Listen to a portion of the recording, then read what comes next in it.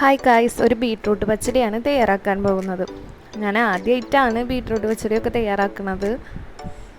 Beetroot great ചെയ്തിട്ടാണ് സാധാ പച്ചടി ഉണ്ടാക്കുന്നത് കണ്ടിട്ടുള്ളത്.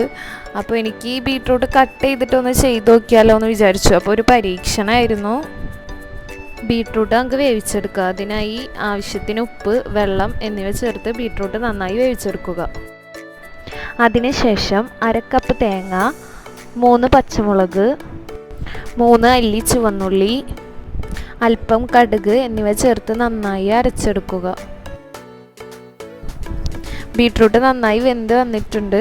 അതിലേക്ക് അരപ്പ് ചേർത്ത് കൊടുക്കുക. എല്ലാം കൂടെ നന്നായി മിക്സ് ചെയ്ത് എടുക്കുക. മിക്സ് ചെയ്തതിന് ശേഷമാണ് ഞാൻ ഒരു കാര്യം മനസ്സിലാക്കിയത്. പച്ചടി സാധാ ഇങ്ങനെയല്ലല്ലോ എന്നുള്ളത്. കാണുമ്പോൾ പച്ചടിയുടെ രൂപത്തിലായിട്ടില്ല. തൈര് ചേർക്കാനുണ്ട്, പക്ഷെ തൈര് ചേർത്താലും ആ ഒരു ഫിനിഷിങ് കിട്ടൂല എന്ന് മനസ്സിലായി. പച്ചടി അങ്ങനെ കൊളയെന്നാണ് വിചാരിച്ചത്. അപ്പോൾ എനിക്കൊരു ഐഡിയ വന്നു.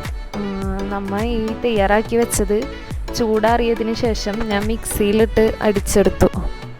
ഒന്ന് പരീക്ഷിച്ച് നോക്കിയതാണ്. സംഭവം സെറ്റായി. അടിച്ചെടുത്തതിന് ശേഷം ഞാൻ കുറച്ച് തൈര് ചേർത്ത് കൊടുത്തിട്ടുണ്ട്. എന്നിട്ട് എല്ലാം കൂടി ഒന്നും കൂടി നന്നായി മിക്സ് ചെയ്തെടുത്തു.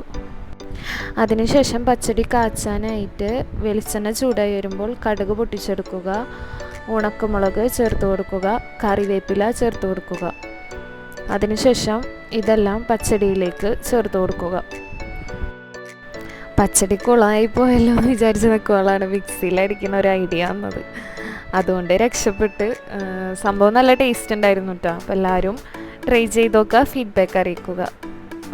Thanks for watching.